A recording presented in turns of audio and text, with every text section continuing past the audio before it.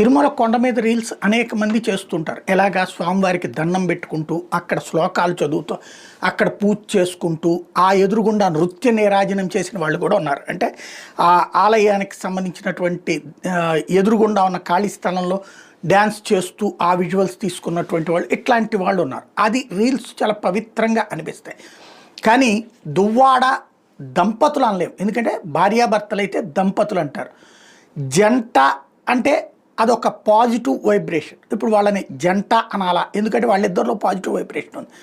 అదే సందర్భంలో ఆ మాధురి అనేటటువంటి అమ్మాయి ఎవరితోనూ వివాహేతర బంధం కొనసాగిస్తున్నాడు. అదేంటో ఇద్దరు ఈ విడాకులు, ఆమెమో భర్తతో విడాకులు, ఆయనేమో భార్యతో విడాకులకు ప్రయత్నిస్తున్నారన్నారు. అది ఎంతవరకు జరిగిందో తెలియదు. బట్ భారతదేశంలో మారిన చట్ట విధానాలు, మారిన న్యాయస్థానాల యొక్క తీర్పుల కారణంగా, లేదా కొత్తగా వచ్చిన తీర్పుల కారణంగా మైనారిటీ తీరినటువంటి వాళ్ళు ఒకళ్ళకొకళ్ళు కలిసి ఉన్నా సరే